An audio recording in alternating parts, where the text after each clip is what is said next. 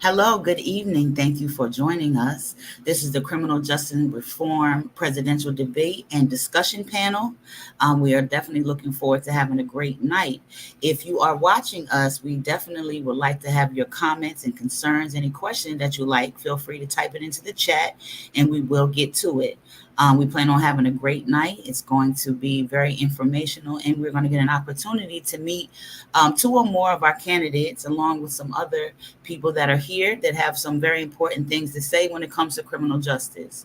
So why exactly is something like this needed to be discussed? Because oftentimes those that are stuck in the criminal justice system are often forgotten, and there are definitely problems there. And unless you're familiar, you can be kind of ignorant to what's going on. So we want to make sure that we'll bring awareness what's going on, and we're giving an opportunity to those that want to run our country, an opportunity to tell us what they think about when it comes to criminal justice reform, what that looks like, and what they think about the state of things now. So if you're having any trouble with audio, check and see any other platforms that you might have it open on that might give you a double sound. If you can't hear us, please let us know as well so that we can amplify it. So let's jump right into it. So the first thing that I want to do is I want to introduce two of our candidates, okay? We have Andy Williams, and we also have Susan B. Lockocki. And let's let them come on in so we can check them out. All right, come on up, brother. Yo, hey, what's up, Jay Renee? How you doing? Hey, it's well with me. All right. Tell the people something real quick that they can hold on to before we get started. Well, I'm Andy Williams Jr., aka the Hood Candidate. The Hood Candidate. Everybody know the Hood Candidate. And I don't believe in criminal justice reform. I believe in abolishing legalized slavery. And what we've been confused with is we think that these public policies are law. So I'm the applicant because I'm running for a position of a job, and it's clearly about setting the captives free, abolishing the prison industrial complex, and holding these elected representatives accountable for violating their oaths of office. So we got a big movement going on right now called the Ballot of the Bars. Prisoner votes matter. And I'm AKA the Hood Candidate, here to bring the people home. All right. We'll be back with you in a second, brother. All right. How you doing? Glad that you can make it this evening. Please let the people know a little bit about you. Thank you for inviting me. It's nice to be here. So I am Susan Buxer Lockocki, or Susan B. Lockocki, or Susan B for short, and I am running for president of the United States. I have a lawsuit pending with the Supreme Court right now to abolish this thing called registering to vote because it's unconstitutional. It goes against the 14th Amendment. We should not have to register to vote to have our vote counted. We should just have to show an ID with a picture of us and our address and be able to vote and have that vote counted. So I am working on election reform. That's where we have to begin. And then from there, we can move on to other major issues like this one, for instance. So I'm looking forward to our conversation today. Yes, we're definitely going to dive into it. Thank you again for being here. All right, we're going to bring up the brother DJ. Had to bring this brother up. He is the one that has so many great ideas to help bring the people together and get information out there. How you doing? I'm doing great. I'm proud to be on the show. Big fan of your work. I think it's actually some of the best out there. And you actually help real people. I saw that we're going to start the show with actually a call coming in from someone right now who might be incarcerated. That's incredible. I'm excited to be here, and I'm New York City's #1 street activist for anybody working out there. I can't wait to work with you. Hit me up. All right. Thank you, brother. All right. We have Brian. Thank you, Brian, for joining us from an American Union. Tell us a little bit about what you got going on, Brian. Yeah, thanks. My name is Brian, and I'm an organizer with the American Union, and I'm asking for your vote for president. Not for me, I'm not on the ballot, but to vote with the American Union, to vote with me and other swing voters around the country to collectively bargain for a better social contract. The way that it works is we recognize that Donald Trump and Joe Biden are the only two candidates who have a mathematical chance to win the presidency of the United States. But it's literally tens of thousands of swing voters in key states that decide which one of them it is. And so when we come together and agree to vote together as a bloc to be the deciders, we'll have power. And we can use that power to bring the candidates to the negotiating table. and demand legislative action in exchange for our votes. And so the American Union has 3 planks: end poverty, end mass incarceration, end the endless wars. There's lots of good criminal justice reforms that need to take place, and the way that we get power to do that is through a union. Thank you, brother. We'll be back with you in a moment. And last but definitely not least, we're going to have this brother right here. I believe it's Vitaly, right? Yes, correct. Okay, I'm glad I got it right, brother. All right, tell us a little bit about yourself and what brings you. Hi, my name is Vitaly Filipchenko. I used to run for New York City mayor against Eric Adams. I'm an immigrant. I became an American citizen. I get involved in American life. And I would like to be involved in any kind of participation for regular people to help the justice, to help the people. And I'm really thank you, Jay Rene, to invite me to this forum. I will try to be really peaceful and I'll try to understand what's going on right now. Oh, we definitely appreciate you and your and your input. So thank you very much for being here. All right, so we're going to bring up our presidential candidates first, and then we're going to bring up Brian because he represents a larger mass. We're going to bring up our candidates and just give them an opportunity to just talk more about the things that they might have in common as far as what they want to combat and maybe some of the differences. So I do want to ask you guys, criminal justice reform is something that's very, very important. So I would like to ask you, what are your top 3 things, each of you, that you would like to see changed or dismantled? I know that, Andy, you said you don't necessarily believe in reform. You have a whole different approach. So I would like for you to go first, Susan B. Hold on. Don't tell me. Lockocki, right? Susan B. Lockocki. So I would like for you to go first, and then Andy, you can definitely follow up. What's your top 3 things when it comes to criminal justice that you want to sink your teeth into? So first, I just want to stop for a second and say Happy Father's Day to all the fathers out there. I don't know if anybody is watching, but if there are fathers out there, I just want to wish them a Happy Father's Day. And then after that, for me, I think we have at somewhere along the line, we got obsessed with making all these rules and regulations and laws, locking people up for adult behavior. And so that it seems like our justice system is trying to keep us all as children. And so like the drinking age is one, legalizing different drugs is another. So I think we're adults, apparently. When we become 18, we're adults, and we should be allowed to be adults. I spent the last 20 years living in Switzerland, where I had an experience of living life as an adult, where I could actually do things and they weren't illegal. So it's possible. But I don't think our country, how can I say this?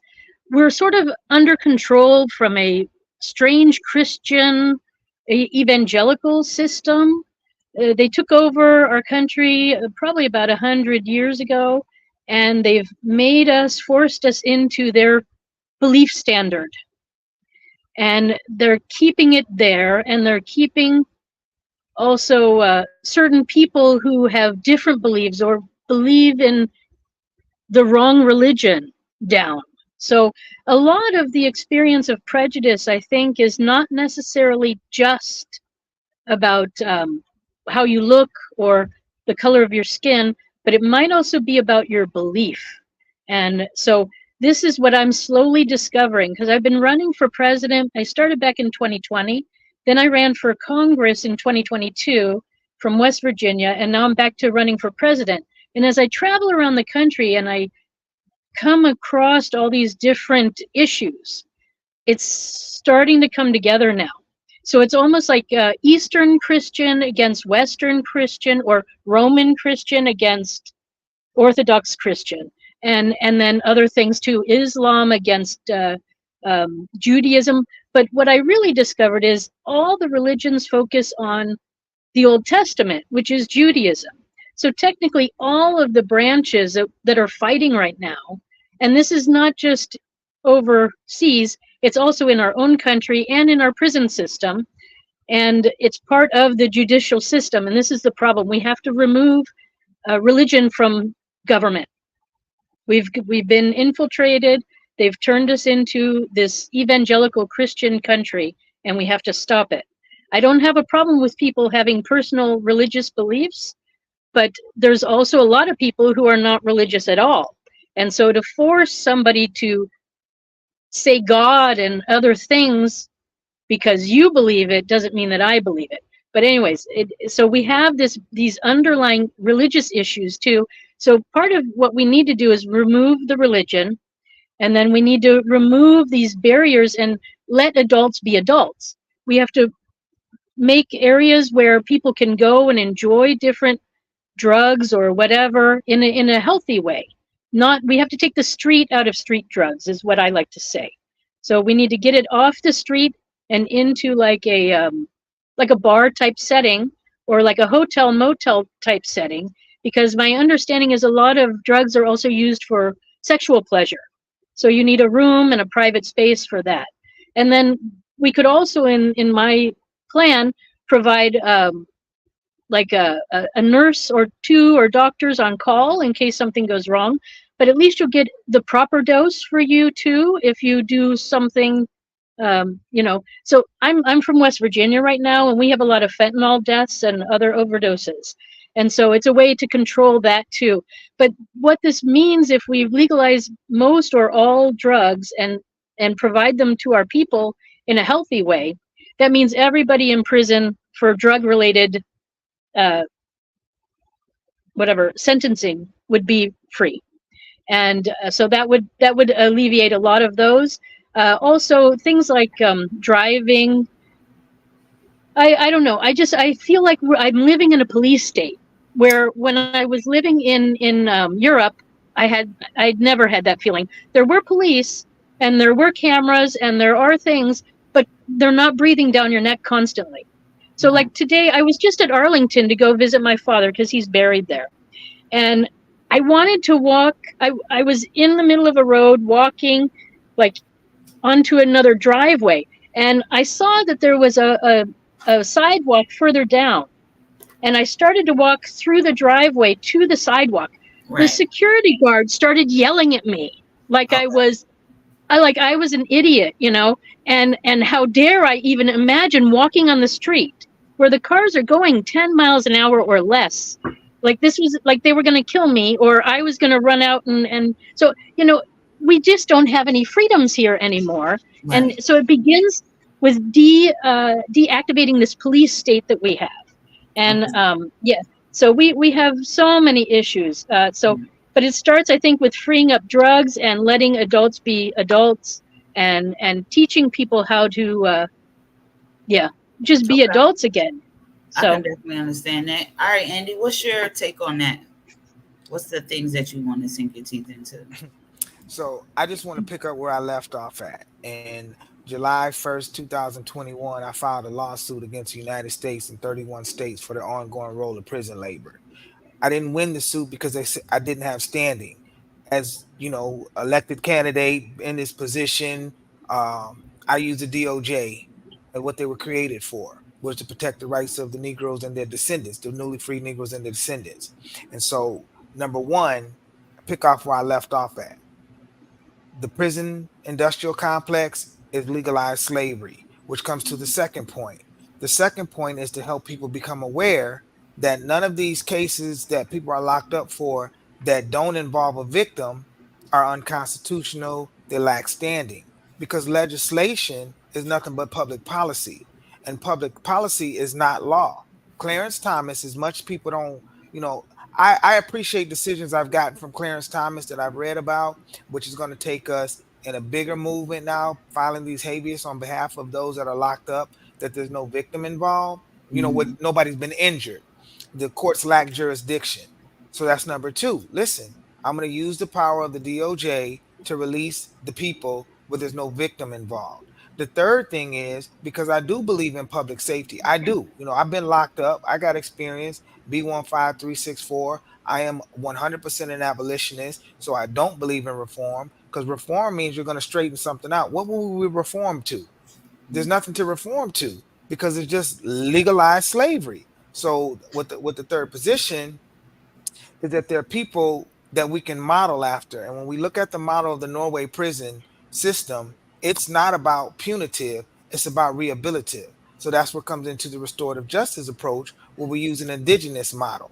If there's somebody that harms somebody in the community, that's a community issue. That's not the Mhm. individual's issue.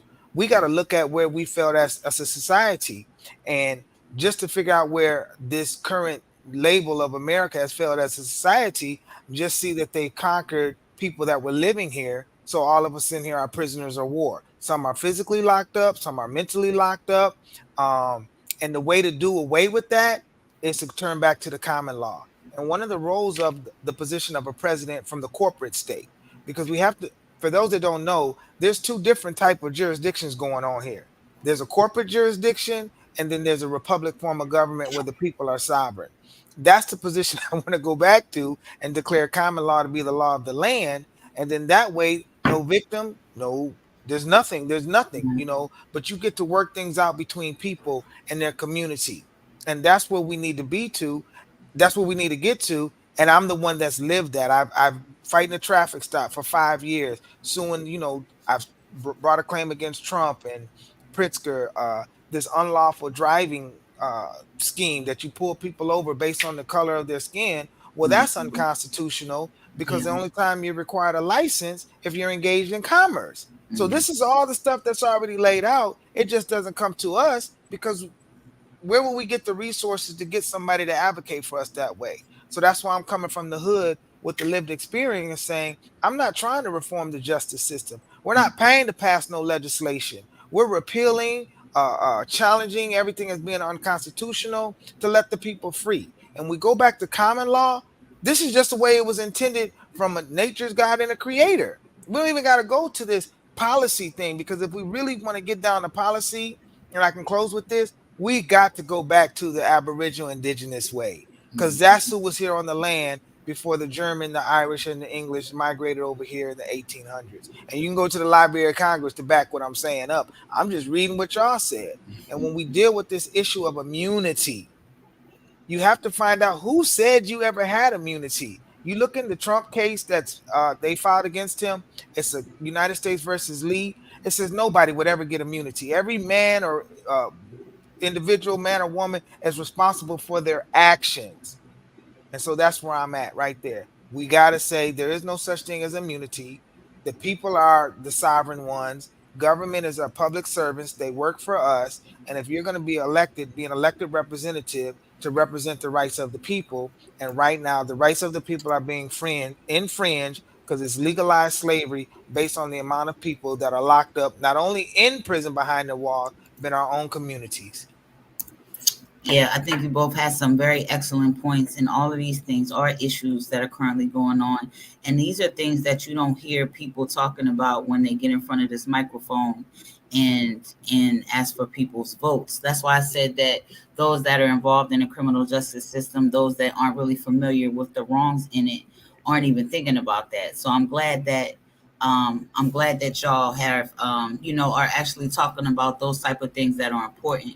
I want to bring Brian in because even though him himself is not running, he does represent an entity. So what's your take on the three things that, your organization says that they want to jump or have, going on when it comes to criminal justice? Yeah, I think I have a lot to agree with both the other candidates, and especially Andy raised the question, how do we get someone to advocate for us? Because there are the millions and millions of marginalized people who have been pushed through the criminal justice system. I was wrongfully incarcerated back in the 90s, and our system is very much in need of reform. So Martin Luther King wrote in his last book, he wrote, "We must develop from strength a situation where the government finds it wise and prudent to collaborate with us." And that's the situation that we need to develop, where government wants to change policy because it's in their best interest. And the way that we get the leverage over them to do that is by unionizing as voters and deciding whether which candidates will win and which candidates will lose. So we can change the national conversation around these things, including criminal justice reform. And so the 2024 our legislative demands have about 30 different policies, but you asked me to pick 3. So the first one is, for your viewers who've read Michelle Alexander's The New Jim Crow, You'll know that she concludes, if we get serious about ending mass incarceration, we must end the war on drugs. There's no way around it. And so I agree with Susan that ending the federal war on drugs is necessary to reform our criminal justice system. There is so much fruit from that poison tree that is just decimating our society and our community. Yeah. So Go ahead. So yes, so this legislative proposal would end the federal war on drugs. States would still be able to set their own policies, but would start at the top and end the federal war on drugs. Susan mentioned freeing anyone who's incarcerated on a drug charge. This legislation would entitle them to a sentence review, so it wouldn't be automatic. Previous convictions would automatically be expunged within a year. Anyone who's currently serving a federal drug charge would have their sentence reviewed within a year, with the expectation that they would be free because what they were sent there for was no longer a crime. That's the prison reform, the prosecutorial reform. The biggest prison reform that's in this package is reforming solitary confinement. We have 100,000 citizens in this country who spend 22, 23 hours a day locked up in tiny little cells. And Andy spoke about how the goal of the prison system is rehabilitation and reform. Locking someone up in solitary confinement does not advance that goal. It is detrimental to mental health. I know many of your viewers are probably familiar with the case of Caleb Browder, a young man who spent years incarcerated in solitary confinement over allegedly stealing the backpack, and which so carried such put a profound burden on his mental health that he ultimately took his life. So our legislation would cap solitary confinement at 15 days, which would bring us in line with United Nations standards, the Mandela rules. So again, that's not necessarily the where to end things, but that's what we could accomplish this year if we come together and unionize as voters. And then third, police reform. I'm kind of tied. I have two favorite police reforms. One is restricting the use of no-knock warrants, and the other is abolishing qualified immunity for police, so that when they violate someone's civil rights, police should be able to be held accountable for it in a court of law. So. Yeah, I definitely agree with all of your points. Y'all have great and valid points. When it comes to the immunity, I'm originally from Delaware, and it's really bad. We still have Leopold, and there's officers. There has been, and I haven't checked the number since last year, has been 56 police-involved shootings, and no one got in trouble for it, even though they dish out money. So it's definitely an issue, and a lot of officers that have gotten in trouble in other places can come to Delaware and nobody know what they've done and work, or they can do the opposite, do some things in Delaware and then go somewhere else and do things. So I think those are definitely some important points. Go ahead, Brian. So the legislation also includes a national police misconduct registry, so that people would be able to know if police officers, if they get in trouble one spot and then move somewhere else, people will be able to track that information nationwide. I think that's very important. We have someone else that just came in. They're having an issue with their sound. Hopefully they'll be able to work that out. That's Salamander Brandy. I hope that's someone that we will be able to bring to the forefront so she can give some input and ask some questions. So I know the things that you want to tackle. So I want to ask kind of the same question, but a little bit different. So, what is one of the things, you can even give me two, that you want to accomplish if you get in that seat and actually put pen to paper? Anyone can start. Oh, well, for me, there's a couple political prisoners that's personal that I'd be getting on Air Force One, making a visit to release political prisoners under that executive order of pardoning and the power that has. So that's pen to paper. But as I said previously, I come in with an abolitionist mindset that freedom is our birthright. So when it comes to really putting pen to paper, it's repealing a lot of unconstitutional laws or unconstitutional policies and codes that have infringed upon the people's rights. Here in Illinois, where I'm at, is 45,000. I believe that was the number I heard through Live Free. Certain restrictions on those that have been formerly incarcerated. 45,000 restrictions. Come on, man. You know what I'm saying? It's just another way of legalized slavery. It's the modern day slavery. And the only thing that you can do with that, from my standpoint, to is abolish it. And the mindset that we've done been brought into is like we need a government to govern us. And that is not what a republic form of government is. It's the roles of self-government. And a lot of people are not familiar, or that are familiar, I would say, with this Project 2025 that's out of the conservative side. If you look at the four pillars that they ask for, they're in alignment with a lot of what advocates are asking. They're just not the right representative, because we know if that pushes from them, it's still infringing upon somebody else's rights. So I'm saying, if we pull ourselves to the table, become educated about that, and we demand that on our own. And that's not something that I feel needs to be stroking with a pen, unless we're, undoing the harms that have already plagued our communities.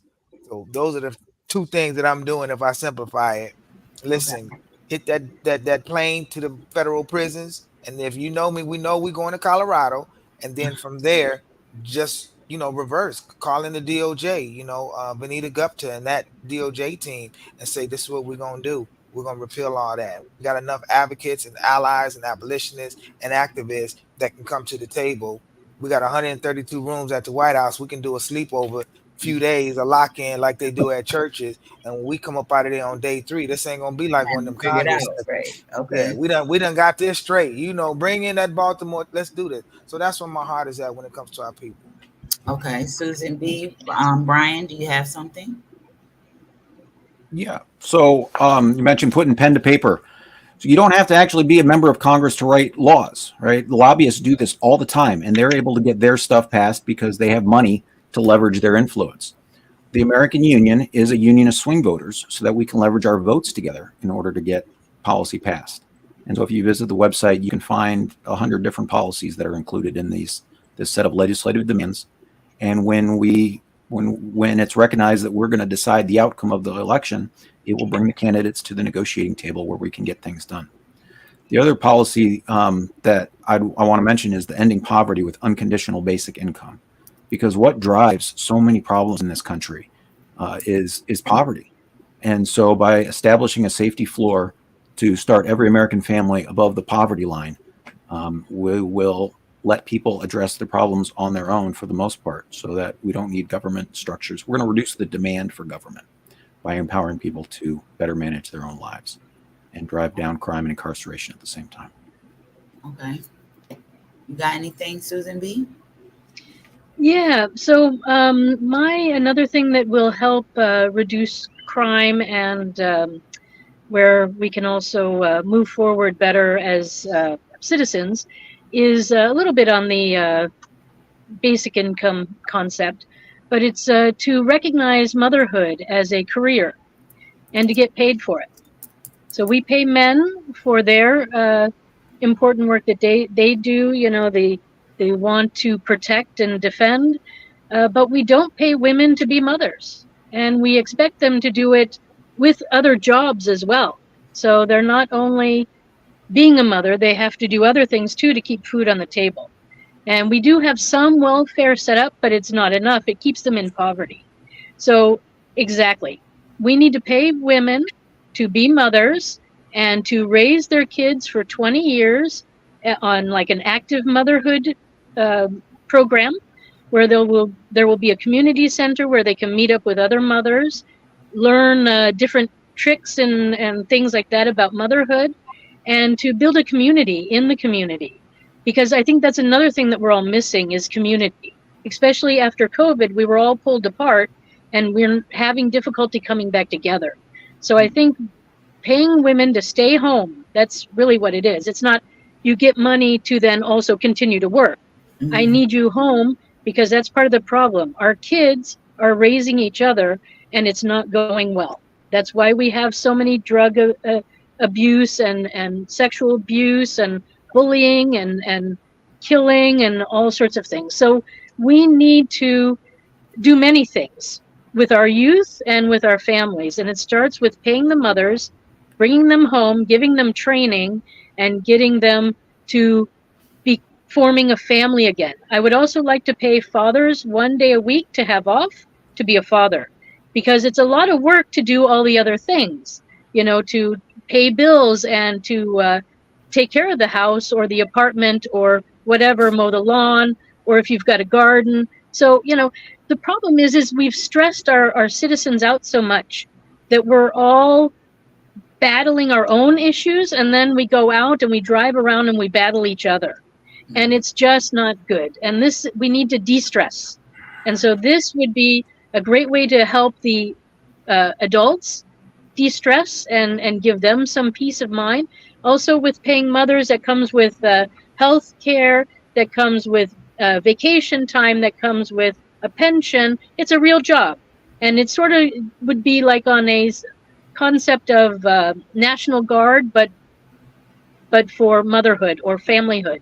So I think I finally decided on the name. It's League, Women's League, and then there will be the mothers part of the league, and then a father's part of the league, and then the community center. So it's a little bit town cooperation, working together with the parents of the town. We also need to make the schools smaller, the classrooms smaller, separate elementary schools and kindergartens, and put them more local so that kids can walk there or ride their bikes or walk with their parents or whatever. But we got to make everything smaller. We need to reduce the administration part. Not every school needs its own administration, so we can centralize the administration of schools into one building in town. But we need little, satellite schools, maybe even one-room schoolhouses in some cases for some rural areas, and get back to that. So I think if we can give love, because nobody's going to give love to a child better than their own parents, if we can provide the parents the power to be there to give the love to their kids, we're going to see a whole new crop of citizens coming up. And then if we reduce the stress from school, that will also do it. And then I have a third thing to help kids learn how to work and how to be a productive part of society. And that's actually abolishing high school altogether and getting all the kids into an apprenticeship program somewhere in town or nearby, where they can start learning already at 14 and 15 how to be part of the society, how to be productive, so they can gain independence and pride and self-respect. Because this is, again, things that are not existing currently, because all they're doing is sitting behind a desk and somebody's telling them what to think. And they need to start thinking on their own, but in a good way, in a productive way. So these are my ideas to help. Okay. Well, those that are watching and that will watch after the live stream is over, you got some different points here, all valid and things like that. What we are going to do is we're going to take us a quick 30 seconds and we'll be coming back. We're going to have DJ L7. He has a couple of questions, and we'll be introducing Salamander Brandy. She is one of our panelists that will be here that will give some insight, some input, and ask some questions. So y'all take 30 seconds, get y'all some beverages, stretch your legs or whatever you need, and we'll see y'all shortly.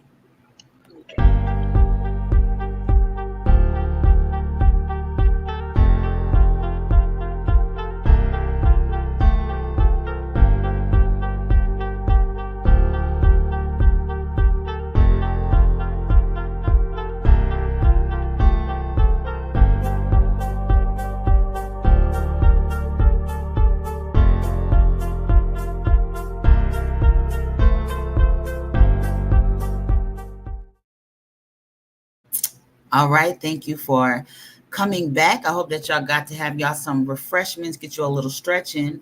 I want to bring up Salamander Brandy. She wasn't here earlier to be able to introduce herself, but she's definitely here now. She's an advocate for reparations and a lot of other things. I'm going to give her an opportunity to introduce herself. Thanks for making it here. We appreciate you. Let the people know a little bit about you. Hey, are you able to hear me? I can't hear you well. What are you Is saying? it a way to turn up your volume? I'm sorry, say it again. I'm not sure. Can anyone else hear? I can't hear you that well. Okay, hold on, let me try this way. What about Okay. now? Can you hear me now? Not really well.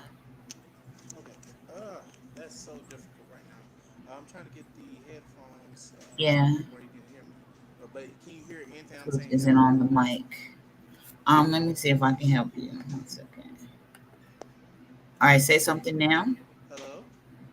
No, it's still low. I'm not really sure what's Here, going on here. with the mic. Let me try to put this head. Let me try to put this microphone back on. Okay, I'll bring you back up Okay. when Hello. you're ready. Can you hear me? It says, check your mic. It looked like it has a switch on it. So you might have a switch on your mic that you might need to activate. A switch. Oh gracious. That's okay if you can't get it. Hello. Hello.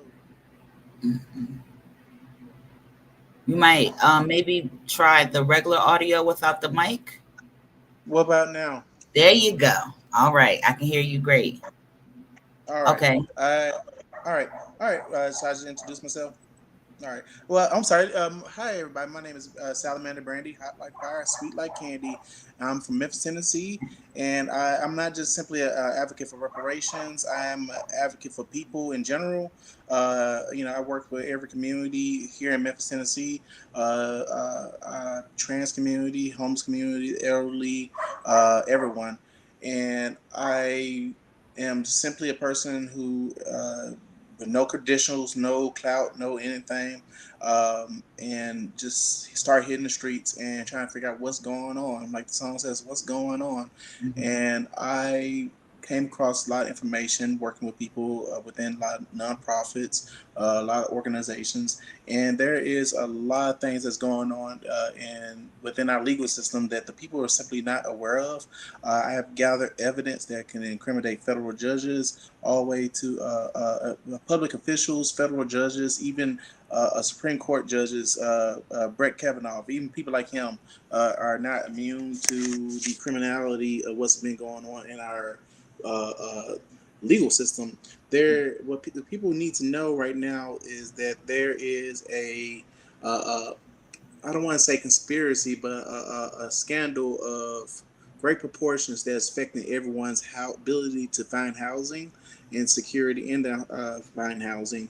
Um, we have federal judges, civil judges blocking and discriminating against pro se litigants when it comes to filing lawsuits against being wrongfully discriminated against when it comes to public housing from our local public housing authority, Memphis Housing Authority, which is a lot of people don't know it's quasi governmental. It's not really an actual governmental entity, but they're under HUD, which is a governmental entity, and under the office of the presidency, the executive branch, and essentially, oh, excuse me, essentially, there's a lot of discrimination going on, and the evidence that I've gathered can be used from in any courtroom throughout the United States.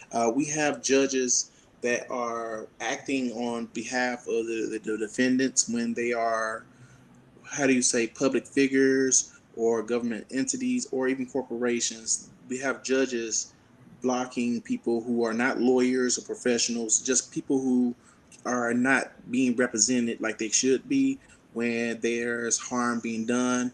And yeah, there's a lot of people that's not being represented in our court system, and because they are pro se, and because we live in an age where people are more informed, more literate, and more tech savvy, and also more literate to the law.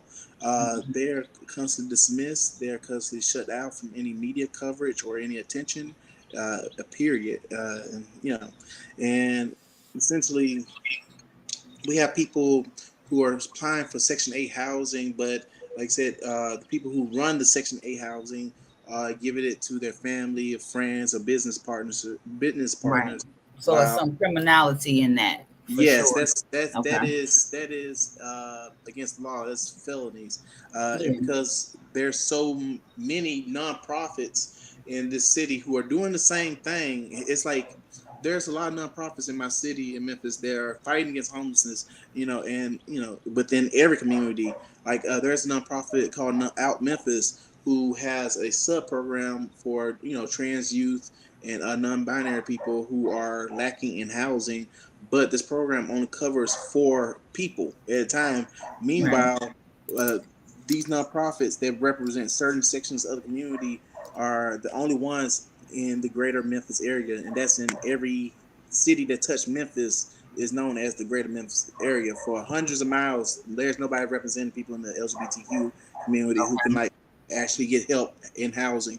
And you will find this in every other marginalized group. With black women, there are like you have nonprofits that take over where the government should be taking care of should be taking care of these the need for housing. Right. And what people also need to know is that public housing is a fundamental right that the United States agreed to when joining the international community.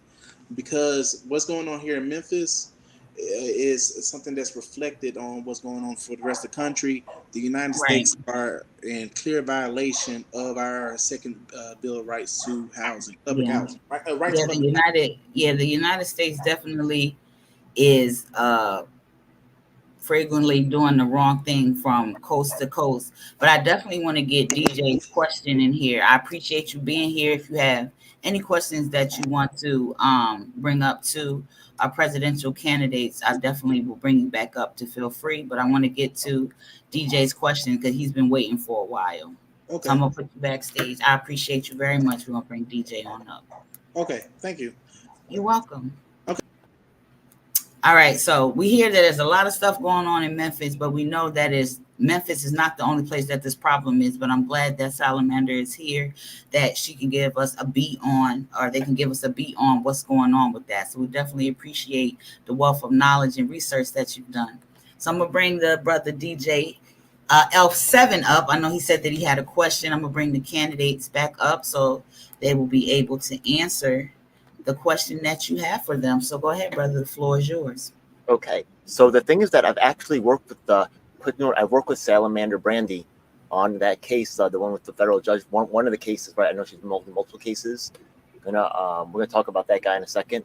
Yes. Also, just want to shout out that the work of Chinchilla Juniors. I guess she couldn't be here, but they actually got a judge elected. If you want criminal justice reform, you want election reform. We need the judges on our side. And this is actually what I'm going to ask right now. This is my question right here. As U.S. presidential candidates, are you willing to help me bring this to international court? Would you co-sign a suit filed in international court calling for an international investigative committee on this document? I want to see Nolan Farrell, Reverend Keith Gadsden, Muti Ojamu Seberu, Vincent Moto, and Ronald Long's cases examined. I want Dwayne Anderson's cases examined. I also want a review of the case of Assange, Mumia Abu Jamal, and Leonard Peltier. I'm sure my allies have their own people of cases they know that need to be addressed, and I want them examined too. I want to have an international review as to the provision of medical services in the prison system. I want to end predatory prison commissary pricing, which we have a majority of candidates from the 22 election cycle agreed unanimously across party lines to end. I want an international panel to run an investigation to find out why Black people are incarcerated at 5 times the rate of other races. I want to know if you would sign on for a suit to be filed in international court for investigation on all these matters. Yes or no? Go ahead. Anyone So can jump in there. my answer to that is the United States have already been found guilty of crimes against humanity out of New York, the brother Jalil. So asking if it would be a suit that's filed, they're working with the National Lawyers Guild on how to receive compensation for those things that have already happened. When it comes to the political prisoners, when it comes to the rights of the people, I don't think I need to wait, DJL, to get elected to do this. We have the ability to do it now. And my track record shows this is more than a vote for me. This is about our unalienable rights that was given to us by nature's God and the creator. And if the only way that we can ever solve something is through a vote, this whole system will stay messed up the way it is for another 150 years. We got to take action now. The time is now. So whatever cases you got going on specifically about, you said they were saying they were going to change those commissary prices. There's already a suit that was filed that was won. All we got to do is make other people be aware about it. And that's the part that I'm saying. There's nothing new that we need to do other than educate those that don't have access to the resources. And that's where it comes in with a brother like me from the Hood Candidate. I've heard great things from Susan, Brian. Listen, we can do this now. We don't have to wait. till the election. Because if you know anything about the George Bush election, the Bush and Al Gore election, anything about this Trump election, oh, the votes get stolen. So we're trying to step into a system that we already know is corrupted, and we're looking for that to be the answer. No, we the people have the power.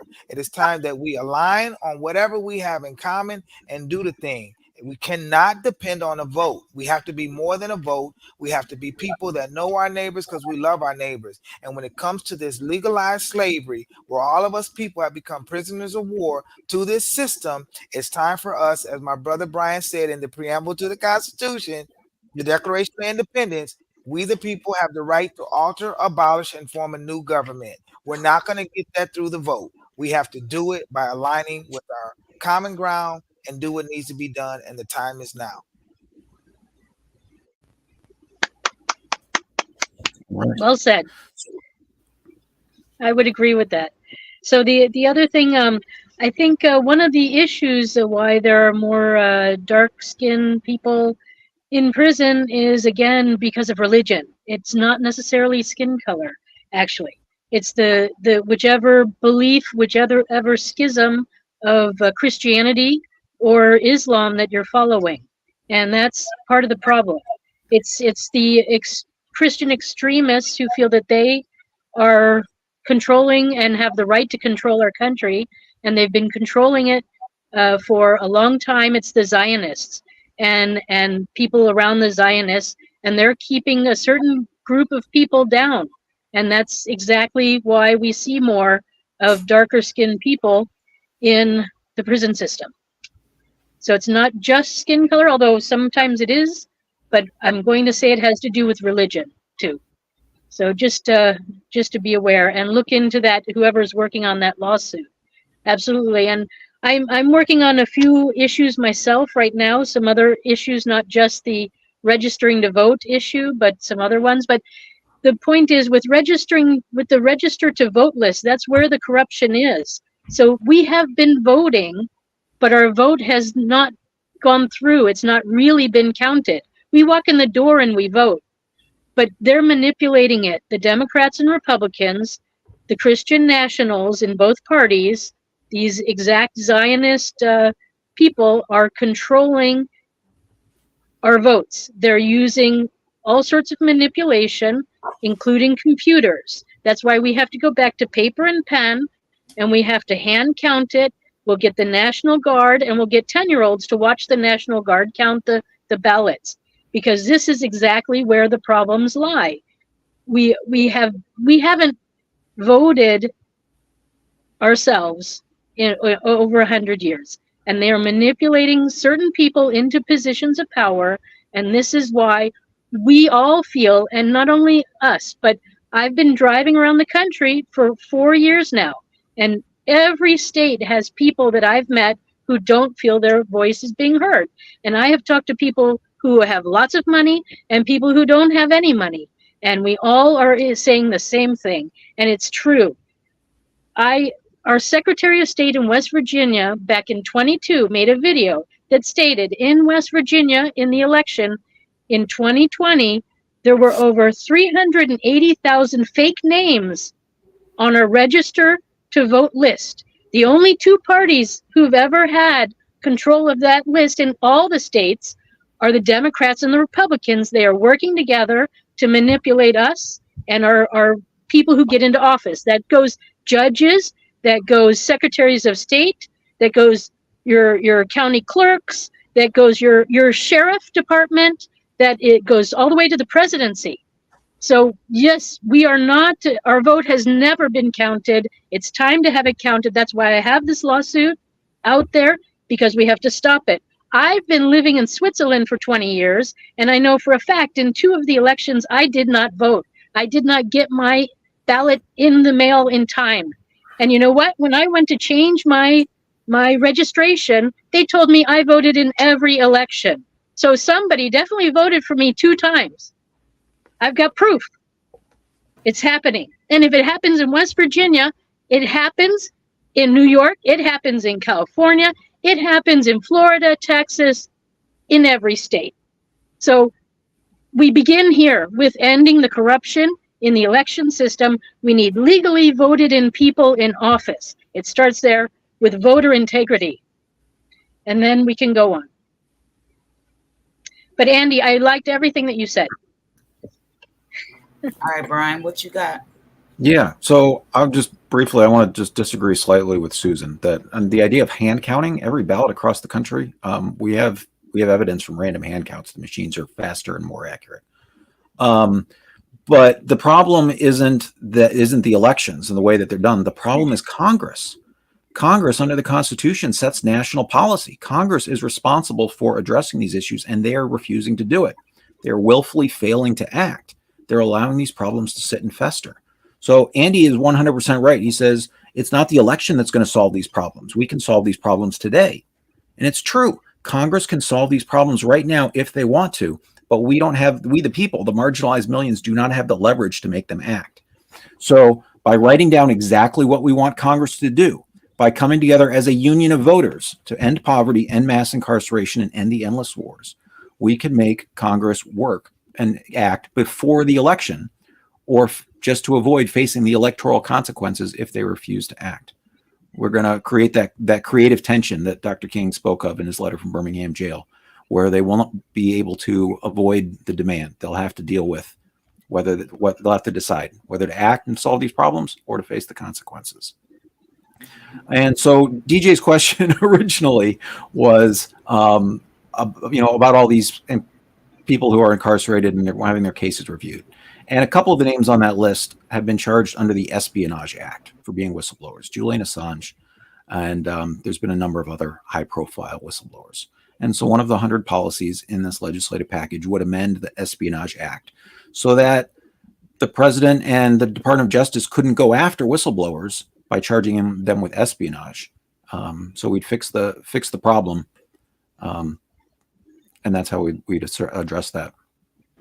All right, thank you all for your answers. DJ Elf7, did that bring up another question, or did you feel they accurately answered your question? It really was a yes and no question, right? So, filing a lawsuit, right? Yeah, internationally, because once again, like Salamander Brady said, right, federal judges have been implicated. The level of corruption goes so high. I know Vitaly actually told me a story about, right, he's actually a former auxiliary police officer, so he's part of part of law enforcement. And then he actually found that they rebuilt the bridge, like a pathway to the bridge, and had to rebuild it 2 or 3 times. Obvious corruption of billions of dollars. Wow. He went to the FBI to report, right, this theft. He ran for mayor. None of this stuff got looked at. Nobody cared. There's a federal court that found that there's prosecutor misconduct has been covered up by Melinda Katz, the Queen's DA, and Attorney General Letitia James. And not saying that they're all bad, not saying they're all good, but we need actually, right, if we can't and I feel like getting the change now, but I just want yes or no, right?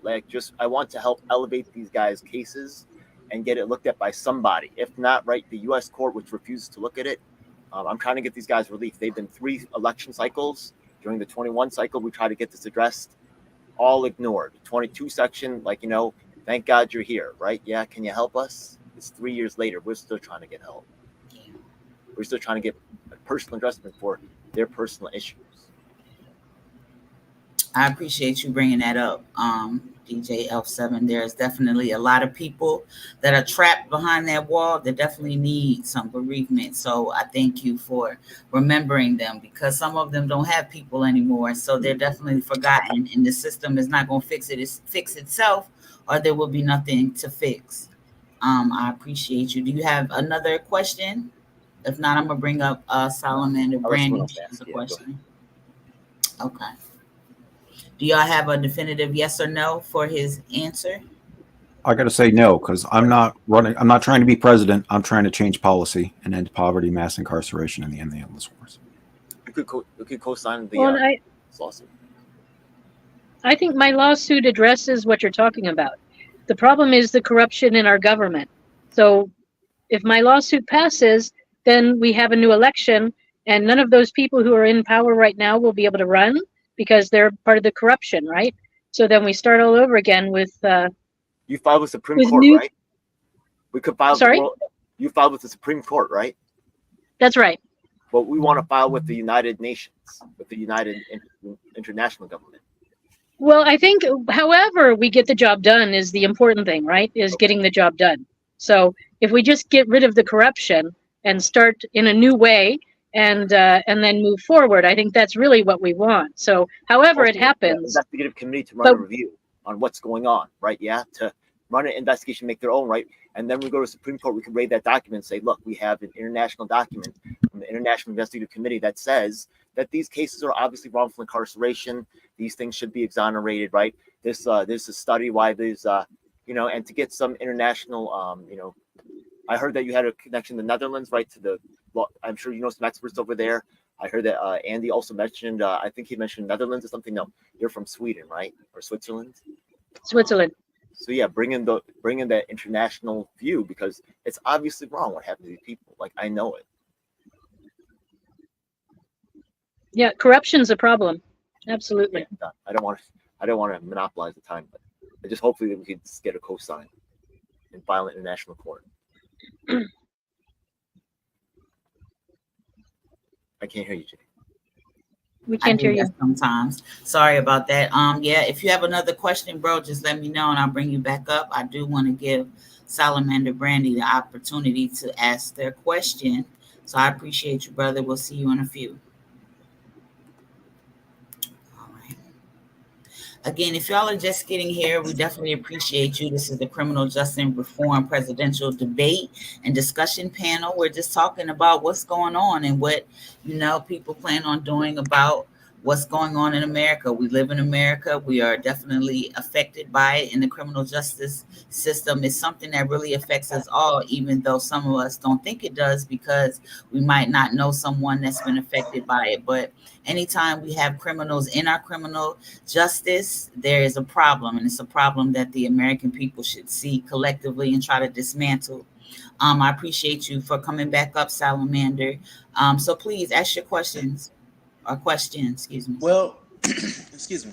Well, I believe we have to be honest and real here. I don't think it's corruption. I believe that's the system that was built on. I feel that our government is essentially like a gang, but with the pretense of professionality and authority, with like established, being established and such. And as a gang, they're going to do whatever they want to, like protect their territory and protect their products and profits as well. And I honestly see the task that's ahead of us. Like I said, the person asking before, DJ, like it might need to be taken up to international. It might need to be taken up to international court. Like, are you willing to do that? Because America, based on the evidence I've seen and witnessed myself, there is no real justice in our judicial system at all. You have to be within a ring of the professional ring of, within the legal system to actually get a fair shake in our society. Because regardless if you know the law or not, like there's no there's no cameras within the courtroom. Are you willing to put in cameras in the courtroom, help get cameras to film judges? Because there's no accountability at all, so it's like I've seen people just avert the law to meet the favor of the defendants or, anybody who's part of the establishment to avert it for them,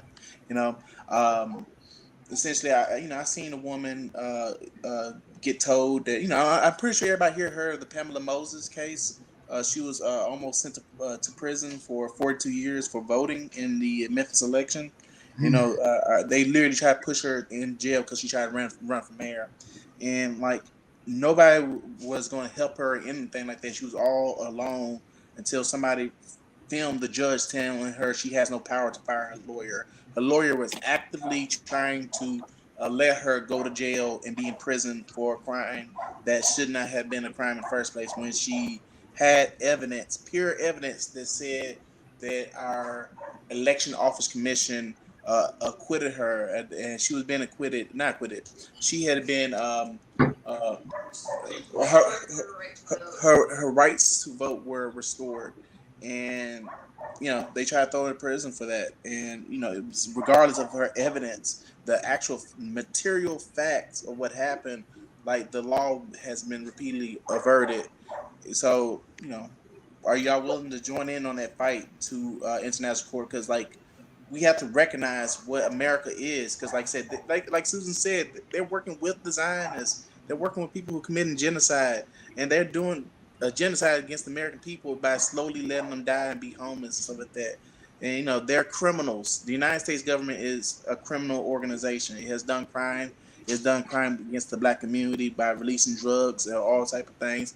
It started the war on crime, the war on drugs, but also put the drugs out there in the first place. You know what I'm saying? So it's criminal. It's all criminal. So are Yeah. y'all willing to take them to international court? So in the chat, I put the link in there where the U.S. and sister states were found guilty for crimes against genocide on the international court back in 2001. My position is going to be, as is always said, we the people have the power. We do. And I think we keep asking a system that we've been talking about for the last 50 years, at least I'm 51, that's been broken. And every cycle for election comes every 2 years for the House of Representatives, 4 years for government office, 6 years for senators. We could have been done fix this problem.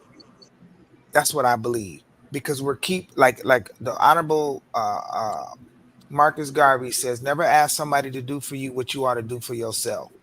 And that's the mode we're in. We're steady asking people to do something that either don't care, lack the experience, or don't know. I mean, I don't believe everybody is like totally corrupt.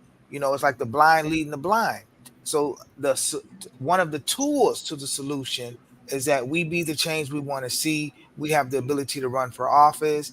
And as much as people may say, oh, forget Trump, if you study the decisions that come down from him, his immunity case, and see how DC, I can't think of the judge's name, ruled against him, why he didn't have immunity. That's the blueprint right there where there's no immunity. When you look at what happens when an individual violates their oath of office, they war against the Constitution, that's treason, that's punishable by death.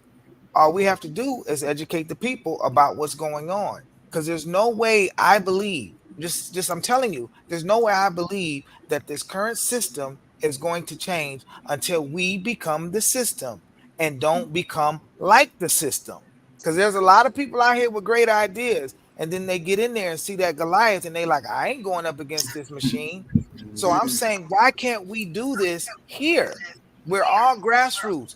When we talk about the marginalized people, we outnumber the system.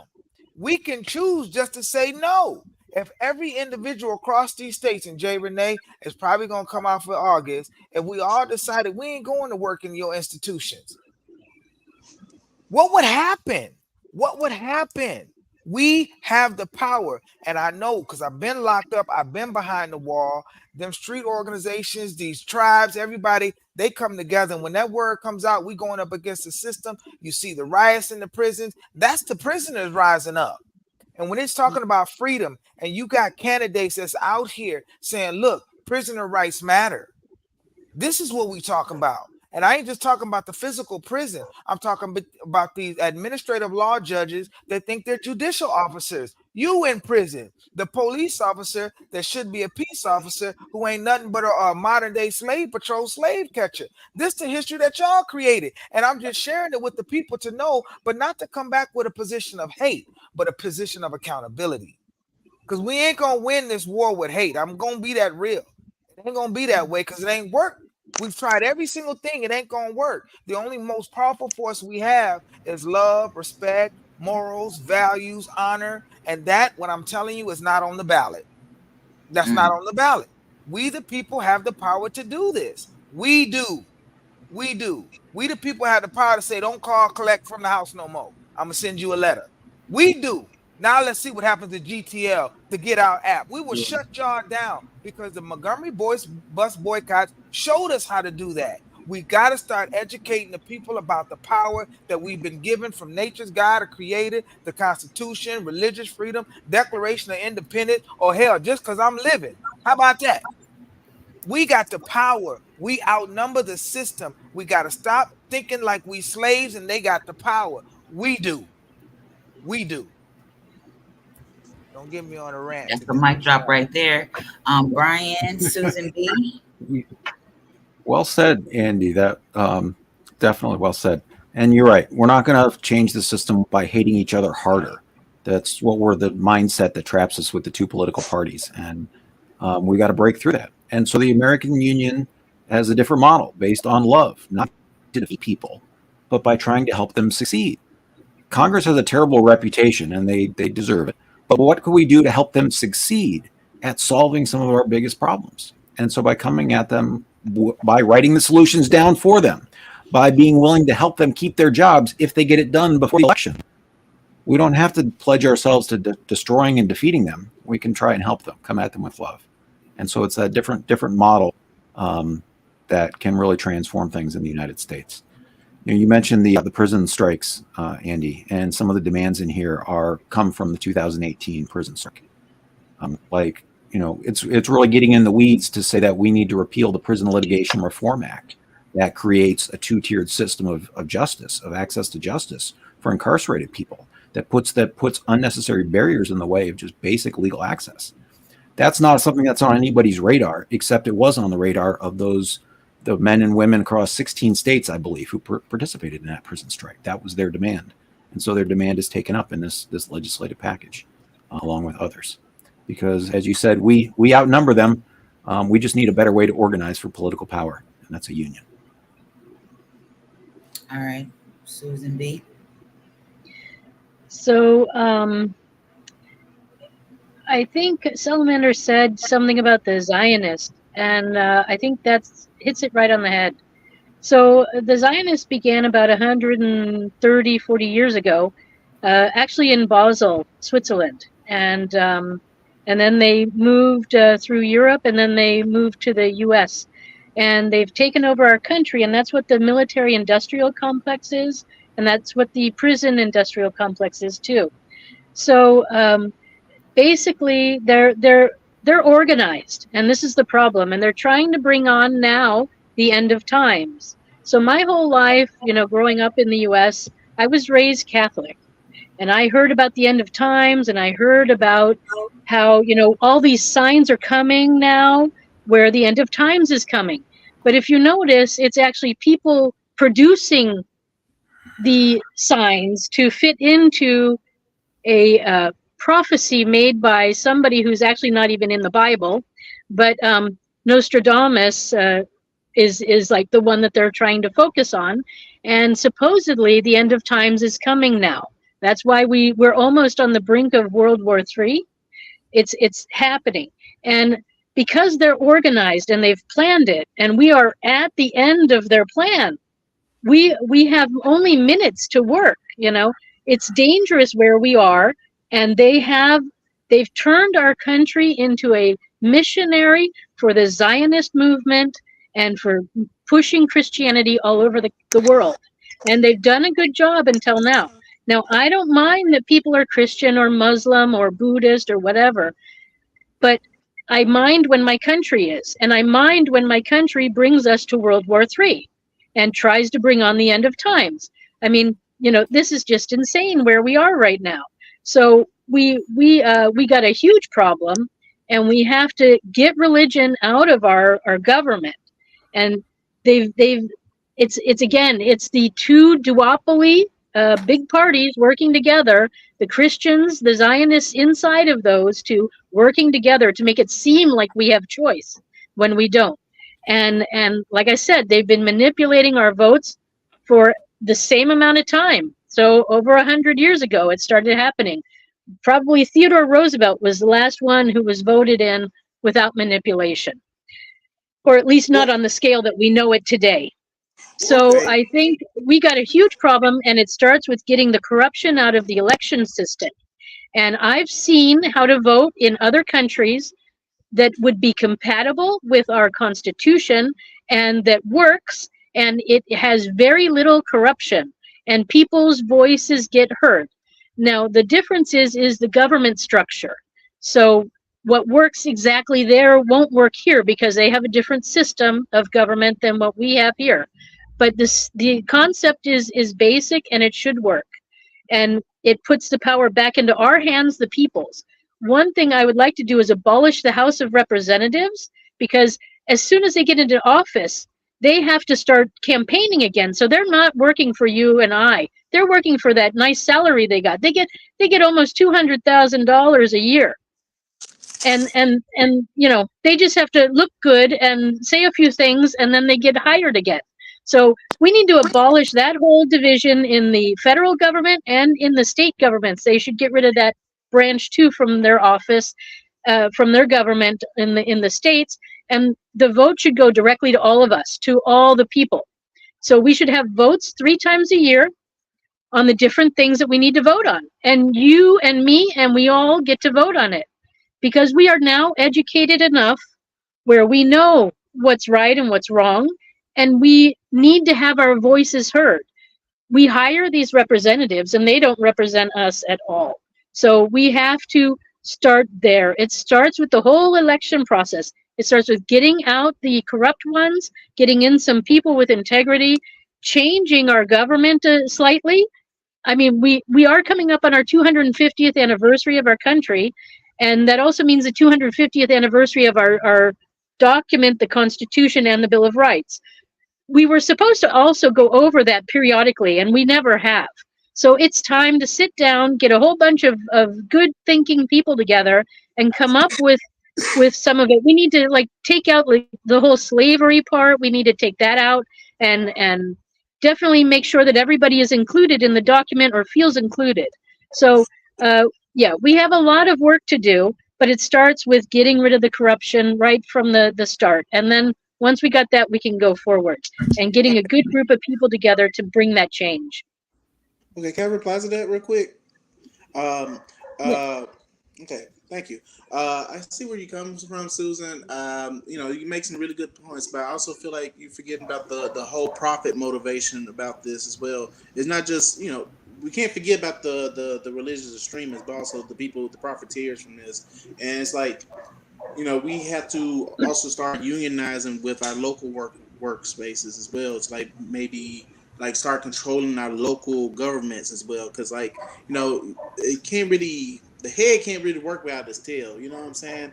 We give too much power to the federal government while we allowing local districts, local counties to be ran over by the same group of people, same two people you're talking about, with the religious Zionists or the religious zealots, or whatever you want to call them, and also the profit motive, the people who are trying to make money off of vulnerable people. And it's very interesting that you brought up Theodore Roosevelt. I really think, not Theodore Roosevelt, in the Roosevelts in general, I think people need to do some more research about how we came to write the New Deal and who were all left out of it. This book I want y'all to pick up, try, called Bill Street Dynasty. It goes over the history of Memphis and the battle for its soul, and how it was actually connected to the Franklin Roosevelt campaign, like how money from Memphis came in from the Robert Church family to fund his presidency. And when his era came to an end, the E.H. Crump, the boss Crump of the city of Memphis, influencing federal politics, because a lot of people don't know when his son Robert Church Jr. was murdered.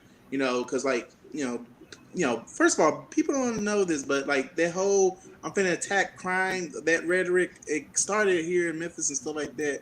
And then when Robert Church Jr. was murdered, people crying out for Franklin Roosevelt to do an investigation. And hundreds of years later, they finally doing the DOJ is finally doing an investigation on the Memphis Police Department. And who knows how that's going to turn out, because like I said, the whole system is corrupt. But instead of him actually doing an investigation on these people of color being murdered and lynched throughout the whole entire South. My great grandfather was one of those, man. Elwood Higginbottom, Oxford, Mississippi. the city of Oxford murdered him, and people crying out, "Hey, can you please investigate the South? Y'all left us out during you ended Reconstruction too soon, and all this stuff like that." Instead of him doing that, he passed the New Deal, which, like I said, left a lot of African American out, but allowed a lot of working class to move up to middle class standards so that we all live with today. So I feel like, they use this racism, they use a lot of isms to keep us divided. And back then, black people weren't even allowed to join unions and stuff like that. You know what I'm saying? So I feel like we cannot ignore the profit motivation of keeping people vulnerable and keeping people more exploitable. And not just through lack of education, but also through like being considered a felon. You know what I'm saying? So I just want to just push that out there. Like, there's a profit motive to all this, and like I said, like Mr. Andy said, Mr. Williams said, it's neo-slavery. It's slavery. Like, we all gotta realize we're all slaves. Like, we're all our main function is to produce capital for the state. Like, that's what's going on. And like I said, I just want to add that point of clarity. Thank you for Definitely listening. appreciate that. Again, 100%. good book. Bill Street Oh Dynasty. yeah, if you can post the link in the chat, and I'll make sure if you can either post it in the direct chat or in the private chat, and I'll make sure that it gets out there. It's been a lot of words. Okay, we're going to take us a 30 seconds. Going to stretch your legs, get you something to drink. If you are just joining us, we definitely thank you for coming. If you have any questions or concerns, please leave them in the comments, and we'll make sure that we address them. Again, this is the Criminal Justice Reform Presidential Debate. All right, we have Andy Williams Jr., Andy Hope Williams Jr. We have Susan B. Lockocki, right? I got it right. And then we have Brian up there that is not representing just himself, but he's representing an American union, okay? We're going to take us a 30-second break, and then we're going to come back. And I would like to give the candidates and the representative, Brian, an opportunity to, we know that y'all want the people to support y'all. So we just want to know what you're going to give back to them. What makes it worth, the support. So we're going to take that 30 seconds, and we'll hear back from y'all shortly. Thanks for sticking with us, guys. See y'all in 30 seconds. 32.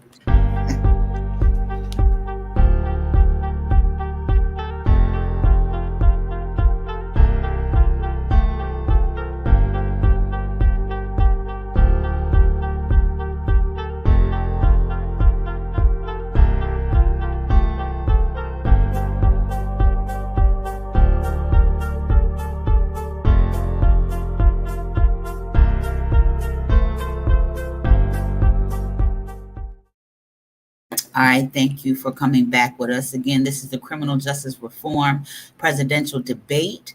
If you have any questions, please leave them in the chat so that our candidates can address them in the representative for the American Union. There's a lot of information that is going out there, a lot of different perspectives, and some things that we all can agree on collectively. So we definitely want to hear what you guys have to add to the conversation and any questions that you might have. Clarity and communication is a very big part of us being able to work together. So please feel free to ask any questions, or if you need some clarity. I definitely want to bring the brother up, Vitaly. He hasn't had a chance to speak. I want to make sure that he doesn't have anything to add to the conversation. He has been here the whole time. So I just want to bring him up right quick. Hi, hello guys. There. Hi. I got a question. Muslim convicted people in the United States not allowed to vote. And says, for me, it's really bizarre because I'm from Russia. All these convicted people in Russia allowed to vote. They're still human beings. Even like election poll come into the prison to collect its votes. It's mean like it's a catch-22. Only people who've been in a prison, they know the problem. To solve the problem, they have to vote to bring it up on the table idea how we change the system, but they not allowed to vote. And that's really frustrating. We have human rights to vote. It doesn't matter if you've done something bad or maybe convicted wrong, you're still human being. And to say candidates, guys, I think it's more important. People convicted, they do have rights. And sorry, folks, my cat. The cat said they're trying to get up in here. Yeah, see, for human rights. And second of all, Now, other sides, and just a simple police department. Most of the police department in the States, nobody get most of them didn't have a lie detector test. Even you get hired, like for example, New York, you're not taking a lie test. I know in DC, when I try to pass exam, police department, they have to take a lie detector test. A simple question, are you arrested or not? And they will see how your heart beating. Most of the police department, nobody take a test. One more issue, like for New York City, one almost auxiliary, the police department officer, if you live in Brooklyn, he's not allowed to work in this area. He have to work in a different area. It means he can do whatever he wants in Brooklyn, doing a really shamey job, and his neighborhood not going to judge him because nobody see him how he's work. That's a tiny step to prove it. Police department separated from the neighborhood. They're doing whatever they want. For me, I was volunteering exactly in my neighborhood. I was living in my neighborhood and I was walking exactly in my street. People can judge me what I'm doing. I'm just volunteer. I'm just like a puppet. I look like a cop, but I cannot allow to do any kind of acting system. We're just like a dummies on the street. And the NYPD have like 5,000 auxiliaries. It's other issue, how much they spend money, try to save money, to get like overtime. But for me, it's not fair. If you represent your community, you have to be exactly in your community. And we can judge you who you are, and we kick you out from your job if you're doing a really bad job. It's in New York City. It's true. And a Muslim police officer, when I was talking on the backside, obviously they racist, homophobes, and people like working just for money. And some people ask him like, hey, you're a volunteer. You do this shit for free. Yes, I'm trying to support my community. I'm walking on the street. I see the old lady fell off on the street. I'm going to give you a hand. I see some kind of fight on the street. And obviously I saw the fight and I stopped the fight. Because for me, hey, stop fighting. Because it doesn't matter what kind of color was and how it's happening. I still love my community. I get involved in my community. But all this system and the court system, police system, they try to separate it. That's the most important for me. The people who get convicted, they have to get the right to vote. That's what we have to change. That's the most ambitious one they have to accomplish. Because if people convicted get the rights to vote, they can change the system. Right now, they're voteless. They're not allowed to speak. They're not allowed to vote anything. I'm support Andy. He said, like, yes, we can do it right now. Yes, but we have to change the law. If it's something wrong, you're allowed to vote. Because we're like slaves. You get convicted, that's it. Same story in Russia. Have my family been in prison? They do have slavery work. Doesn't matter which one country, they do have slavery work. Like regular people get paid $10 an hour, convicted person pay 10 cents an hour. Oh, you just got the food to be survived. That's a system. My uncle died in prison because they don't want to give him the drugs because personally put it in the cell with tuberculosis people. Because he was a right guy. He tried to support the rights. They put it in tuberculosis by accident. He got tuberculosis and family tried to send me drugs to heal him. They're like, oh, no, you're not allowed. Doesn't matter what kind of country, this system have to be broken. And I understand it's really horrible. People cannot understand the system until we will be behind the wall. Because right now people are like, oh, yeah, I'm so sorry. I would like to help you. Bullshit. When you get behind the wall, you can feel it. I'm not going to tell you my backstory about Russia, but I know this system. I know how it's works. And it's like, for example, in Russia, always detect investigation, they beat you behind the wall. They do have double doors. When you're screaming, nobody can hear you. They understand? They're doing like really horrible, like Nazis. They terrifying you. They're going to be torturing you. Double wars, each one cabinet. In Russian prison, because even screaming, nobody can hear you. I don't know what's going on in the United States, but I'm going to tell you, human being, by psychology scientists, they did research. Who's been a prison guard, after 2 years, they have to change the job because they mentally became animals. They don't care about the human being or not human being. For this perspective vision, they look animals. Yeah, it's definitely a dehumanization when it comes to those that are incarcerated and formerly incarcerated, and that's often why they're a part of the forgotten population, because people write them off as, oh, they're just criminals, and it's easy to not care what's going on with a person or a group of people when you don't see them as humans. So Exactly. I'm No glad that you rights. brought that You're point not up. human. You're animal. If So you let have me no ask right. you this. I know that one of your questions is about voting. Can you make them a little more clear so that the candidates and the representative will be able to answer your question? Okay, most of the states, if you get convicted after you get out from the prison, you're not allowed to vote of president for any kind of candidate. You're losing your rights to vote. That's a big issue.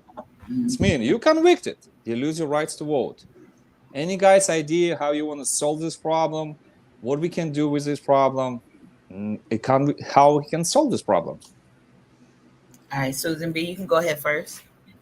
So it's actually in our Constitution that if you're convicted, that rights will be taken away. So it's technically it's okay for us to do that. Whether it's right or wrong, I don't know. I think that's up for the U.S. people to decide, and that's why we need to change our system. And it starts with getting the corruption out, and starting with fresh people who are not corrupt, and then giving the power to the people to vote, and that's by getting rid of the House of Representatives. It's just a big body of people that aren't representing us anyways, and they're collecting great big paychecks constantly. So we don't need them anymore. We are all intelligent enough to vote, and then we can put that to the vote. And that's another reason. So getting then to the next step, another thing would be, like I said, we need to look over our Constitution and rewrite it a little bit, bring the language up to modern day, because it's really hard for laymen to understand what's even written there. You know, you have to decipher it, and it's terrible. So we need to get a body of people together and rewrite our Constitution a little bit, make sure that all the people feel that this is what we want in it, and start fresh. This is what countries do constantly. Europe, so Switzerland is like a 800-year-old country. They have constantly updated their documents every like 100 years or 200 years. And, you know, so it's perfectly normal. China has also updated their documents. Russia has also updated their documents periodically. It's time. It's time. For some reason, our country is so bent on holding on to these old documents. It's time to let them go. It's time to update them and bring them into present day. So these things would solve his issue. And if enough people in the U.S. think that prisoners should be allowed to vote, then we can let them vote. You know, I mean, I would have to think about it for a while, but currently it's in our Constitution to not let them vote. No, it's not in the Constitution that prisoners can't vote. In fact, Maine and Vermont both allow incarcerated people to vote while they are incarcerated. A lot of this came after the Civil War, when the 13th Amendment, as most of you know, had a loophole in it that said somebody who had been convicted of a crime could lose their right to vote. It's not an obligation. It was an opt-in thing that states could do. And so southern states especially started incarcerating and convicting lots of black men to make sure that they couldn't vote. So we can fix this. We can fix this on the national level. This is just a policy that Congress can pass with universal suffrage. One citizen, one vote, end of story. Every citizen gets to have a say in our democracy. And so universal suffrage is included in this year's legislative demands with the American Union. So if you support universal suffrage along with ending poverty, mass incarceration, and the endless wars, you need somebody to represent you. The American Union wants to do that. Well, Vitaly, I posted a little flyer in the private chat because I don't know no other way to do it. But we have a Ballot of the Bars initiative about the current and formerly incarcerated right to vote. The key word in there is right to vote. There's a difference between the federal election and the state election. They're two different jurisdictions. And my position is only about the federal election. The 15th Amendment says you cannot be denied the right to vote based on race, gender, some or previous condition of servitude. The previous condition of servitude is based on what condition of servitude meant at the time that was passed. And that is why I respect Clarence Thomas based on his decision when he discusses what was at that time that was passed, what did it mean? Now, the loophole that we talk about during the 13th Amendment, I've sued 31 states on that. I've litigated it heavily on my own, and I've come up with a different conclusion, Brian.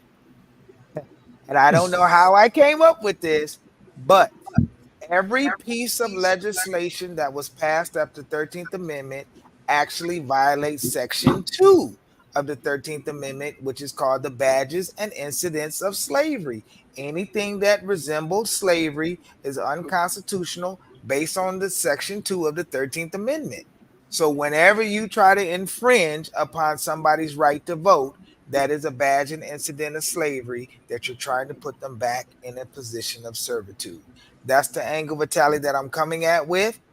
The only thing that I'm doing different this time is I'm going to grab some real constitutional attorneys, because I have went all the way up to the Supreme Court. I have litigated more than I can tell you, but I actually get decisions. They don't throw my stuff out. I get 45-page decisions. I'm making them work. And through all that work, what I've done is now I know their hand. And now I know their hand. Now I know how to play the game. Now I got the game. So now I'm saying this is what's up. This is how we doing it. And it's not going to work through just the court system. It's going to work through the people. And I'm telling you, if I believe in the scriptures as a story, I don't want to pop religion, but I will say Donald Trump is a voice in the wilderness preparing the way, because now that he's labeled a felon, this has opened up the door for so much attention to the real issue. Now we can see the real deal is about classism. That's the issue here. And now we can show, because ain't nobody I know that's going to have 94 felony counts under RICO, ask Young Thug, and be out on bond, get convicted on another case that has jail time and is not taken into custody immediately. Now we have a violation of equal protection. Let's call it what it is. Let's show the difference issue about classism. He just happens to be whatever skin color he is, but it's not it. It's classism. The have and the have-nots. And when we, the marginalized people, say, you know what, you need something, I got you. Instead of you riding to the prison, we'll ride together. I'll pick you up. Don't worry about it, because I was already going. We have the power to come together. We have the power to unite. And it's common sense. We can literally create a new government, one by the people, for the people, because we are the people, and to my tribe brothers and the kinfolk. So that's I'm agreed. And second question, guys, I'm just bringing up, like I said, police department not allowed to work with he lives, and same thing like New York State, prison guards allowed to get the tint on the window of the car, because when they're driving after work, nobody knows where they're going. For example, my two best friends in Russia, one became prison guard, other became prisoner for 25 years. They know each other, but point is why I'm bringing up. If you work on your job, you don't have to hide it. If you're doing a good job, I'm respect to you. You're doing your job, someone do it on your time. Honest, not honest way. But point is, if you do a good job, then why are you going to try to heal it? Now, but try to do anything. It's your job if you're doing right way. Again, it's a system to divide it. Convicted people and the power. That's why we're bringing up like police department, prison guards, they stay separate, they hide it. That's a question to you guys. What do you want to try to do with the system to prove it? If you do your good job, you have to be knowing who you are.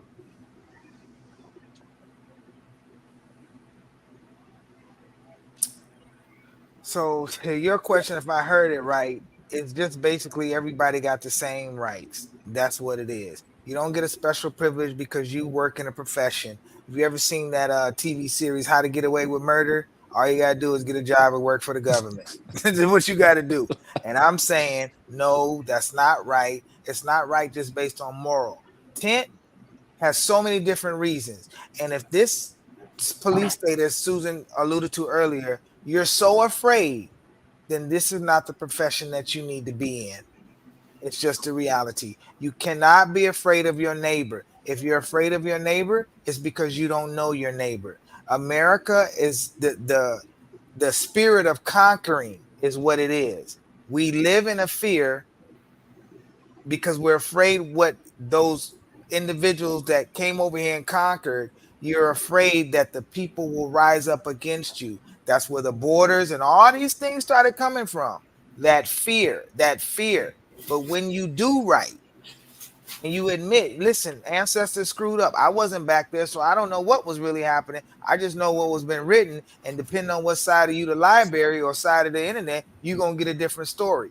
So the only story we can create is the one that we have the power to create right now, and we do not need policing our neighborhood when the job is to be there for a breach of the peace. You cannot be there to protect the breach of the peace if you're the one that's causing the social unrest. So get away with it, do away with it, bring back the guardian angel, bring back the deacons of a defense, the freedmen. There's a lot of positive things that happen in history, and that's what we need to bring out. It's my answer to your question, Vitaly. Good. I'm agree, because back in the time in Russia, we have like I said, guardians. They doing it for free, and most of the problem we can solve on their own. And all the hood, they know the bad people, and we can talk to these people, and when they can explain you're doing wrong, and we're gonna kick your ass. That's what's how we work. That's how the system. Because right now, police put the nose in our system. We try to control. I'm not agree with that. We can solve this problem if you just help us, not to push really hard. It's my opinion. That's what I'm spending the time to be involved in any kind of system to be the right way. Okay. All right. Anyone have anything else they want to add? Okay. Thank you, Vitaly. Oh, you're welcome, guys. I appreciate it taking me to this question. All right, so I definitely want to give you guys your individual opportunities to have your last, or I don't want to say your last say. I don't really like saying last. It makes me feel some kind of way, but I want to give y'all an opportunity to just address the people and let them know why you're the one that they need to get behind. Not too lengthy, please, but I definitely want to give y'all that opportunity. And then we'll have any alibi questions. We'll take 2 at the end for that. So we're going to we're going to let Susan B go first this time. I'll bring you 2 gentlemen up respectively. All right. Okay, well, it's all yours, dear. Yeah. So one thing I noticed in the news today, or yesterday actually, is that the Pope is at the G7 meeting. So why is a religious leader who, represents one church out of many, out of over 4,000, meeting with the heads of the G7? And this is the same position, the Pope of the Christian Catholic Church of Roman, Catholics, the ones who created the doctrine of discovery. And so this is also the Zionist Pope. This is the end of times Pope. So this is a little scary for me. I don't know why this is going on. He's not part of the G7. He should not be meeting with them. I don't know. This is very concerning for me. So part of my thing, if the Supreme Court would just make a decision and we can move forward, we need to find out what is going on there. Biden is not doing his job. And normally I don't like to talk about other people in a bad way, but he's not doing his job. He's over there, and he's also, he's also a Catholic. The Pope is his leader. So I don't know. I just think we should really think about this a little bit. And this is why we need to separate church and state, because the church has taken over our country, and we got to get it out, and we got to get it out now before we have the end of times, unless that's what you want. If you want end of times, then good, we're going for it. That's what our Christian Zionists are doing. That's what the Pope is doing. So, well done, you've done it. But if you don't want the end of times, then I think you might want to think about me as being a peace promoter. It's what I've been doing my whole life, pretty much. And they're having peace talks right now in Switzerland. And I don't know how well they're going. They have the Ukrainian leader there, along with some other leaders in Europe as well, but not, of course, the G7 leaders. although maybe they're somehow doing a conference. I just find it all odd that it's all going on at the same time in Europe right now. And Italy and Switzerland border each other, so they're very close. So I'm concerned, very concerned with what's going on. The only people who know what's really going on is President Biden and President Trump. Those are the only two who get the they still get those information, every day about the problems of our government abroad and terrorist attacks and things like that. So they know what's going on. It's just us, the average human, the average citizen who doesn't know what's going on. So this is something very concerning for me, and we need to keep an eye on it. And it's something that's urgent, that needs to be addressed immediately. Then the other part of that is peace. We can live in peace. If we can live with war, we can live with peace, and it's time to bring peace. And I think that a lot of my platform and a lot of the things that I talked about today would bring not only peace to the world, but also peace between men and women, peace between people of different religions, peace between people of different skin color. And I think we could really start doing some healing once we de-stress a little bit and we have a little breathing room and we get a little more power of our own government in our hands.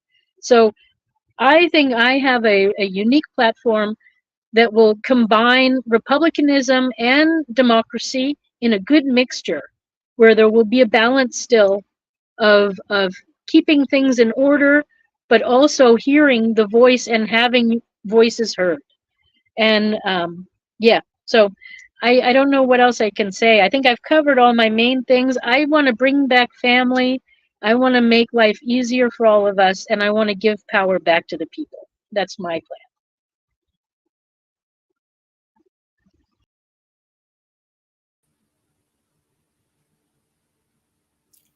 plan. Jay Renee, you're muted, but thanks for.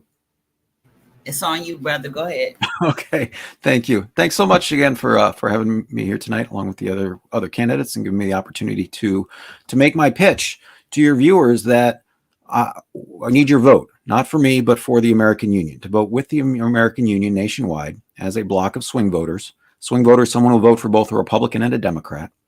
And as a block of voters, we can get the leverage over Washington, D.C., where we can actually get some policies changed. So if you want to end poverty, end mass incarceration, and end the endless wars, the American Union wants to represent you. You can learn more on our website. Jay, you asked what am I offering people? And I'm trying to offer people hope. There's a different way to do things, because our political structure is very, very broken. It is not serving the people. It's serving the wealthy. It's serving the rich and the well-connected. And so, labor unions are very popular these days as a way for individuals without much bargaining power to come together in their workplace and bargain to improve things for everyone. There's also tenant unions. There's student unions. Well, voters can unionize too. And we come together as voters around one set of demands, and we say, this is what we want done. We can generate the leverage to make it happen. Susan talked a minute ago about the need to update the Constitution. The Constitution's like the hardware that our country runs on, and it's very hard to update the hardware, amending the Constitution. But what really affects us in our day-to-day lives is the software. It's those thousands and thousands and millions of lines of the United States code. And so we can update that code through legislation. And the American Union offers a way for people to have some input in that process, to be heard, and to have an opportunity to fix things for our children. Because that's our fifth duty under the Constitution, is to secure the blessings of liberty to ourselves and our posterity. And on Father's Day, there's a lot of fathers out there who are concerned about what sort of country, what sort of world our children are going to inherit. So we can do better by working together, by refusing to fight, instead trying to be the calmer heads that prevail. And so please check out the website, anamericanunion.com. And thank you again for the opportunity to speak tonight. And you're muted.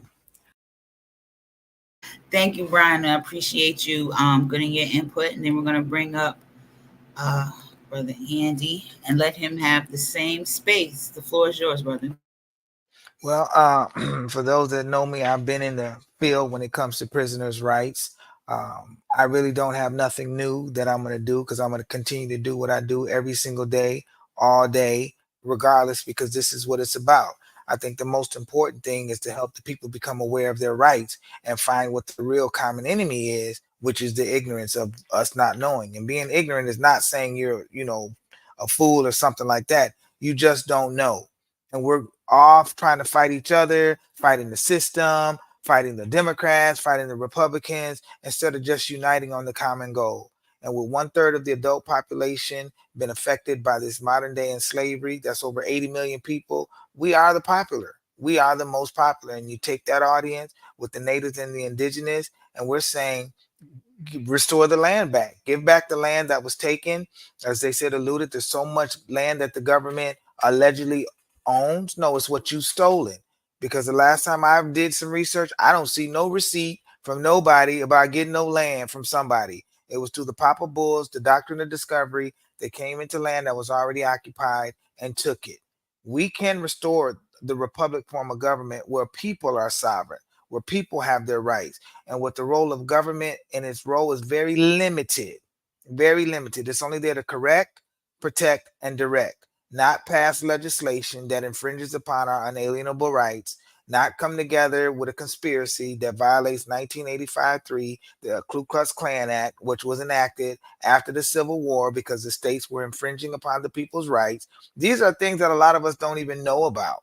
And I'm saying once we become aware of our rights and use the 246 plan that I believe every 2 years, there's House of Representatives. We, the people, have the ability to come together, as Brian said, on a unionized vote and run for office. Every 4 years, governors of the states are elected, presidents are elected every 4 years. Every 6 years, Senate. So I'm telling you from right now, by the time 2030 comes, we would have a nation that is run by the people, for the people, because we are the people. This is a criminal justice. I don't want to use the R word platform, but it's a discussion about it. And I think that's what we're looking for. We're looking for solutions. We're looking for somebody that has experience, that has a plan. And as I've said throughout this show and throughout the whole time, with this me applying for this position of president, this is more than a vote. This doesn't require us to vote, just to ensure that our rights are not continually being infringed by the government. You want to hear more information about me? www.awj2024.com. You can click on the link for the Hood Candidate on the website there. It'll show you the work that I'm doing, what I have been doing, and where we're at. And like I said, we have a Prisoner Votes Matter coming out, and it's about the current and formerly incarcerated right to vote. So thank you for having me on the show, Jay Renee, and to all the other colleagues and the other panelists on the panel today with the great questions, the great insight. And I was glad to be here. Well, we appreciate you pulling up on us. Thank you very much.